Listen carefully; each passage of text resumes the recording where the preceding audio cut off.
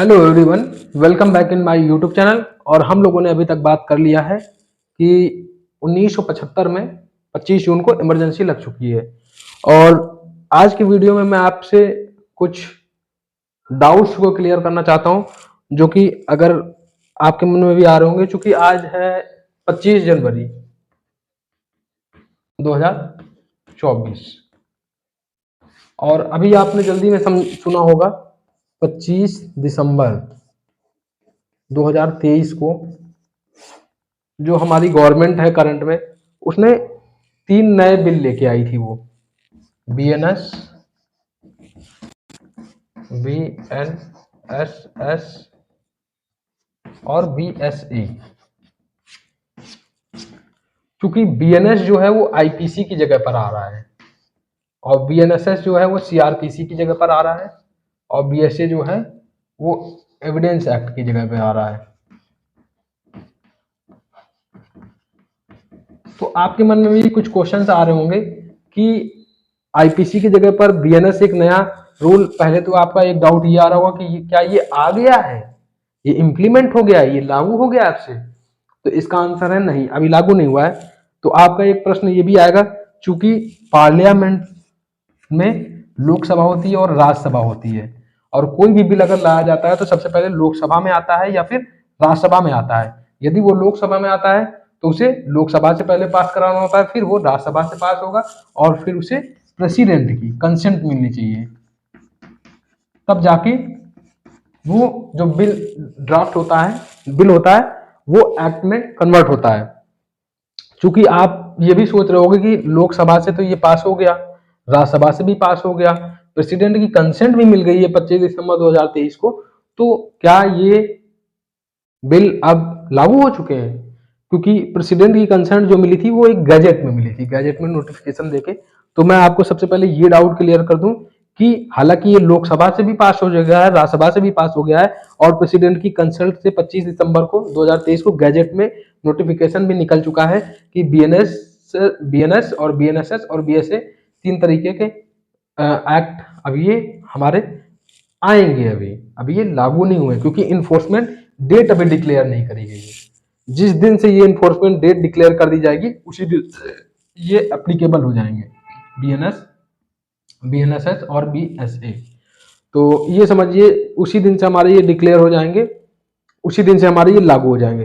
तो एक सवाल फिर से आएगा आपके मन में कि अगर ये लागू हो जाएंगे, ये जिस दिन से चालू हो जाएंगे या फिर, तो क्या ये वाले खत्म हो जाएंगे उस समय पर,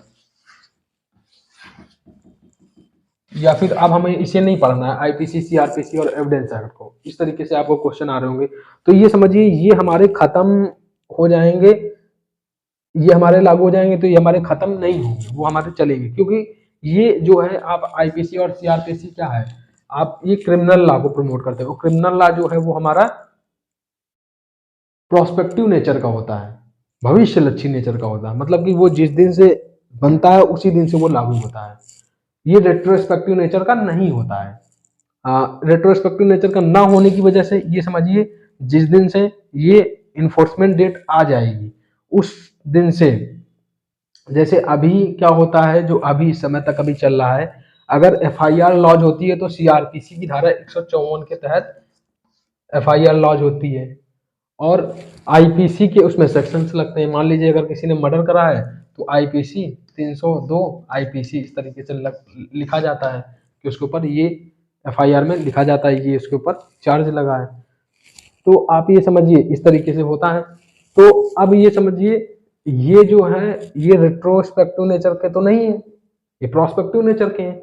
तो उस समय पर जिस दिन इन्फोर्समेंट डेट आएगी तब बीएनएसएस की धारा लगेगी। बीएनएसएस की धारा में हालांकि बहुत ज्यादा चेंज नहीं है, आईपीसी का ही ये मॉडिफाइड वर्जन है, सीआरपीसी को मॉडिफाई करके बीएनएस में कन्वर्ट कर दिया गया, एविडेंस एक्ट को कन्वर्ट करके इसमें कन्वर्ट कर दिया गया। जैसे कि इसमें 511 धाराएं थी तो इसमें कुछ धाराएं कम कर दी गई क्योंकि ये 1860 की आईपीसी है और तब से काफी समय से इसमें बहुत चेंजमेंट की आवश्यकता थी। जैसे कि कुछ चीजों की जरूरत नहीं थी और कुछ नई चीजों को ऐड ऑन करने की जरूरत थी, तो उसी चीज को मॉडिफाई करके इसमें यहाँ पे बताया गया। बहुत ज्यादा चेंज नहीं होगा, हालांकि 90-95% इसी का ही पूरा अप्रूव है। 90-95% इन्हीं चीजों को यहाँ पे ले आए, यहीं पे ले आए, बस बहुत ज्यादा नहीं कुछ है। तो इसलिए बहुत ज्यादा घबराने की जरूरत नहीं है। तो पहला क्वेश्चन ये है कि हाँ आईपीसी सीआरपीसी एविडेंस एक्ट को हमें पढ़ना बहुत जरूरी है, क्योंकि जो हमारे पहले से जो अभी मुकदमे चल रहे हैं कोर्ट में वो सारे इन्हीं से ही डील होंगे, आईपीसी सीआरपीसी और एविडेंस एक्ट पुरानी वाली से ही। हालांकि अभी जब गैजेट में जब ये मेंशन करेंगे तो वहां पर एक चीज को और देखने की आवश्यकता है, क्या सीआरपीसी को रिप्लेस करके इस चीज को यहाँ पर रख कर प्रोसीडिंग करना चालू करेंगे क्या, ये सब चीजें हो सकती है। लेकिन हाँ हालांकि ये खत्म नहीं होंगे, जो आईपीसी के किसी के ऊपर मुकदमे चल रहे हैं उसी से ही डील करने, उसी से ही वो ट्रीट होंगे जब तक कि ये पूरी तरीके से सारे वो केस निपट नहीं जाएंगे। और हाँ नए जो मुकदमे दर्ज होते जाएंगे वो इनमें इनकी धाराओं में और इनकी धाराओं में उनकी धाराओं से वो चलने लगेगा इस तरीके से। तो ये समझिए अभी इन्फोर्समेंट डेट आई नहीं, अभी ये हालांकि अभी पूरी तरीके से लागू नहीं है, अभी इसमें भी चेंजमेंट काफी कुछ स्लाइटली थोड़ा बहुत चेंज होगा, हाँ हालांकि आ जाएगा। तो हाँ अब ये समझ में आ रहा है कि हमें ये पढ़ना है या फिर ये पढ़े, ये भी एक क्वेश्चन हो सकता है। तो आप इसको ही पढ़िए, क्योंकि इसी से तो आप कंपेयर कर पाएंगे कि जैसे कि 349, 350 और धारा 351 आईपीसी की धारा, ये फोर्स के बारे में बताता है, ये क्रिमिनल फोर्स के बारे में बताता है और ये असॉल्ट के बारे में बताता है।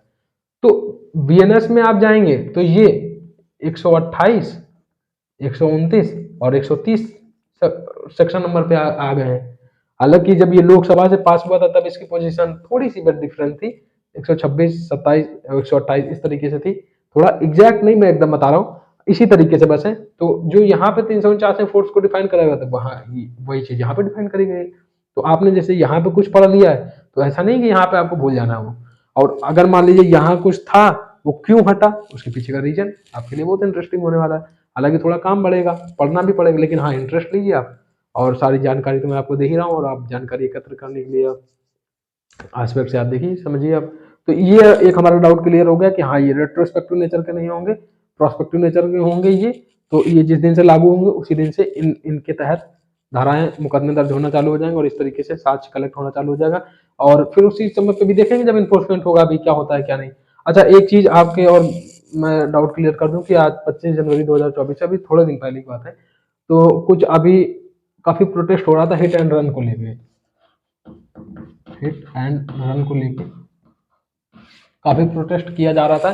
तो अभी तक आईपीसी में जो हिट एंड रन को कवर करते थे वो अभी भी करते हैं 238, 279 आईपीसी के सेक्शन और 304, कभी कभी 304 ए भी लगाते हैं, कभी कभी culpable attempt to culpable homicide लगा देते हैं, कभी कभी नेग्लिजेंस के सेक्शन लगा के तब उन प्रोविजंस को डील किया जाता है। तो उसमें थोड़ी सजा कम होती है 304 ए में, जैसे नेग्लिजेंस के मामले में 2 साल की मैक्सिमम सजा है। तो इस तरीके से वो प्रोटेस्ट काफी कर रहे थे कि, लेकिन अब यहाँ पे आप समझिए 500 पूरी धाराएं बदल दी गई, 154 यहाँ पे पूरी 484 पूरी धाराएं बदल के यहाँ पे तब्दील करी जा रही है। आपको उससे बाकी चीजों से नहीं लेना देना है, लेकिन ये 2-3 प्रोविजन थे आपको वो समझ में आया, आपने प्रोटेस्ट करना चालू करा। मतलब मैं एक चीज ये बोलना चाहता हूँ कि awareness the lack of awareness is very big problem in our country. तो इसीलिए आप वो समझिए कि बस थोड़ी 2-3 धाराएं हैं, हाँ हालांकि उसकी सजा अगर बढ़ा रहे हैं तो उसके ऊपर समझने की दोनों लोगों की जरूरत है। मतलब क्योंकि देखिए एक्सीडेंट के जो मामले हैं इंडिया में सबसे ज्यादा इस समय पर सबसे ज्यादा डेथ जो हो रही है वो एक्सीडेंट से ही हो रही है। अब उसके पीछे कई रीजंस हो सकते हैं, ड्राइवर जो है वो अनस्किल्ड है, तो लाइसेंस जो बना रहे हैं हमें उनके ऊपर ध्यान देने की जरूरत है क्या, ये मतलब मेरा क्वेश्चन है कि हमें उनके ऊपर ध्यान देने की जरूरत है क्या, उन अथॉरिटीज पे जो लाइसेंस बना रही है, या फिर हमें उन पे ध्यान देने की जरूरत है क्या जो उनको गाड़ियां प्रोवाइड कर रही हैं वो कंपनीज, वो क्या इस तरीके की गाड़ियां प्रोवाइड कर रही हैं जिनकी पिकअप बहुत ज्यादा है, स्पीड बहुत ज्यादा, मतलब आप ये समझिए एक अनस्किल्ड आदमी को आपने एक बहुत भयंकर वेपन अगर पकड़ा दिया वो सब बहुत लोगों को मार डालेगा। और जो लोग मर जाते हैं जैसे एक्सीडेंट हुआ तो एक की गलती है कि दोनों की गलती होती है, दूसरे वाले की क्या गलती थी लेकिन उसकी भी जान गई। तो कई प्रॉब्लम्स हो सकती है। और गवर्नमेंट की भी अगर प्रॉब्लम देखें तो गवर्नमेंट के पास क्या, गवर्नमेंट पूरी तरीके से डेवलप है, उसने सब तरीके की पूरी सड़कें प्रोवाइड कर दी हैं, और ट्रैफिक रूल क्या हमारा एकदम बिल्कुल कंट्रोल में, मतलब सब सारे एस्पेक्ट्स अगर आप देखें तो एक सर्वे करने की जरूरत है, एक सर्वे करने की जरूरत है कि किस पर्टिकुलर गाड़ी से ही क्या सबसे ज्यादा एक्सीडेंट हो रहे हैं, क्या किसी पर्टिकुलर गाड़ी से, या फिर उस कंपनी को हमें बताने की जरूरत है कि आप थोड़ी स्पीड लिमिट बनाई है कि आप इससे ज़्यादा हमारी गाड़ी नहीं स्पीड पकड़ेगी, क्योंकि मुझे नहीं लगता बहुत ज़्यादा स्पीड की आवश्यकता है। या फिर अगर उन हाईवेज पे, मतलब ये काफ़ी एक चर्चा वो है, डिबेटेबल टॉपिक हो सकता है। बाकी तो ये सब जैसे चल रहा है चलने दीजिए। और हाँ, ये समझ गए आप 25 दिसंबर हो जाता है इसको, प्रेसिडेंट जी ने कंसर्न तो दे दिए लेकिन इन्फोर्समेंट डेट नहीं आई। हालांकि धड़ल्ले से ये बुकें, इसकी पूरी कोड पूरे छप गए हैं, लोग इसको पढ़ भी रहे हैं। अगर आप पढ़ना चाहें तो मेरे हिसाब से तो सबसे पहले इसको आप पूरी तरीके से कवर कर लीजिए अच्छे से, फिर आप इससे आराम से कंपेरिजन कर लीजिएगा, आपको दोनों चीजें समझ में आ जाएंगी। हाँ, तो इस वीडियो लेक्चर में यही आपका एक डाउट क्लियर करना था। और फिर इसके बाद वाले में अब हम लोग आईपीसी और सीआरपीसी एविडेंस एक्ट और सीपीसी वगैरह को भी अब समझना चालू कर दें, क्योंकि मेरे हिसाब से कॉन्स्टिट्यूशन में आपको इतना तो समझ में आ गया कि हाँ, कॉन्स्टिट्यूशन में फंडामेंटल राइट बहुत इंपॉर्टेंट है। और भी जो उसके 22 भाग हैं, 22 भाग में 20वां भाग जो है वो धारा अनुच्छेद 368 के बारे में ही सिर्फ बता रहा है, जो कि संशोधन करने की शक्ति दे रहा है। उससे रिलेटेड मैंने कई केस लॉ वगैरह आपको बताने का प्रयास करा। तो इन सभी चीज़ों को हमें लिंक करते हुए एक स्टोरी के माध्यम से समझते जाना है। तो नेक्स्ट वीडियो में हम लोग थोड़ा सा आईपीसी और सीपीसी वगैरह को भी समझेंगे, क्योंकि सीपीसी जो है वो थोड़ा सा सभी को हार्ड लगती है, उसे सबको लगता है कि सीपीसी बहुत ज्यादा टफ है, वो तो आएगी नहीं। हालांकि जब ज्यादातर लोगों से आप देखोगे तो सबसे जल्दी आपको बता देंगे आईपीसी के कई प्रोविजन आपको जनरली लोग बता देंगे। हाँ, धारा 302 लगी है, धारा 307 लगी है, धारा 308 लगी है। अच्छा, अटेम्प्ट टू सुसाइड की 309 लग जाएगी है, और 304 लग गई, देखिए कल्पेबल होमिसाइड लग गई। तो ये चीजें आपको बता देंगे। फिर सीआरपीसी कुछ प्रोसीडिंग वगैरह भी आपको बता देंगे। अच्छा, सम्मन आया है, वारंट आया है, billable warrant, non billable warrant, chargesheet बन गई, इतना समझ में आने लगता है। फिर एविडेंस एक्ट में थोड़ा सा फिर डाउन होते चले जाता है। सीपीसी वगैरह में थोड़ा सा फिर, और जनरली ला के भी स्टूडेंट को बहुत प्रॉब्लम होती है कि सीपीसी बहुत टफ है। टफ हालांकि कुछ भी नहीं है, आप ये समझिए सब आपको बहुत आसानी से समझ जाएगा। हाँ, बस आप थोड़ा सा ध्यान देके समझने का प्रयास करिए। और इस वीडियो लेक्चर को फिर यहीं पर स्टॉप करते हैं इसको, और नेक्स्ट वीडियो में हम लोग समझेंगे फिर अब सीआरपीसी और आईपीसी और एविडेंस एक्ट और सीपीसी वगैरह को थोड़ा सा। फिर उसके बाद जब सभी चीजें बैलेंस में आ जाएंगी, थोड़ा थोड़ा हमें सबकी समझ हो जाएगी, तब हम लोग उसके बाद आगे फिर से अपना कॉन्स्टिट्यूशन चालू करेंगे। उसके बाद फिर हम लोग थोड़ा थोड़ा इसमें ऐड ऑन करते हुए सारी चीज़ों को समझते चलेंगे। और जिस दिन इन्फोर्समेंट डेट आ जाएगी, मैं आपको उसी समय पे कंपैरिजन भी थोड़ा थोड़ा बताना चालू कर दूंगा। क्योंकि अभी अगर मैंने इसको लोकसभा में जब पास हुआ था तब भी मैंने इसे पढ़ा था, राज्यसभा में जब पास हुआ तब भी मैंने इसे पढ़ा, और उस समय पर थोड़ा थोड़ा सा चेंजमेंट होता जा रहा है। तो हालांकि इन्फोर्समेंट डेट आ गई है, तो अभी देखिए जैसे इसी मामले में उन्होंने बोला है कि हम बैठ के बात करेंगे। अगर मान लीजिए कुछ चेंजमेंट होता है तो थोड़ा हो जाने दीजिए, फिर आराम से बात करेंगे। तभी हमारे पास पर्याप्त, अभी सफिशियंट अभी हमारे पास चीज़ें हैं पढ़ने के लिए, तो हम लोग उसको पढ़ते हैं। और बाकी आप इसको नोट करिए और मिलते हैं नेक्स्ट वीडियो में। Thank you very much guys for watching this video.